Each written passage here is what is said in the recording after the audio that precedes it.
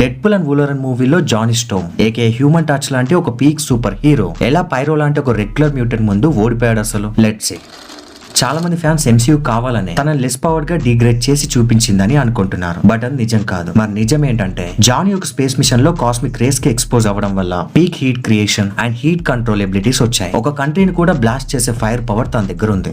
ఇక పైరో ఒక level 3 mutant. తన ఎబిలిటీ ఫైర్ క్రియేషన్ కాదు, ఫైర్ మ్యానిపులేషన్. తను సొంతంగా ఫైర్ ని క్రియేట్ చేసుకోలేడు. అందుకే లైట్ అని క్యారీ చేస్తూ దాంతో జనరేట్ అయిన ఫైర్ స్ట్రెంత్ ని తనకు నచ్చిన రేంజ్ లో మ్యానిపులేట్ చేయగలడు. సో ఇప్పుడు అందరికీ అర్థమయ్యే ఉండొచ్చు, ఇక్కడ మన జానీ వీక్ అని కాదు, పైరో స్ట్రాంగ్ అని కాదు. అది just bad match. Like Magneto and Colossus fight లా. కొలాసస్ మ్యాగ్నెటో కన్నా ఫిజికల్ గా 100 టైమ్స్ స్ట్రాంగర్. కానీ మ్యాగ్నెటో తన మెటల్ కంట్రోలింగ్ ఎబిలిటీతో కొలాసస్ ని సెకండ్స్ లోనే డిఫీట్ చేయగలడు. అలాగే పైరో కూడా తన ఫైర్ మ్యానిపులేషన్ ఎబిలిటీతో జానీ ఫ్లేమ్స్ ని నలిఫై చేసి తన్ని కింద పడిపోయేలా చేశాడు.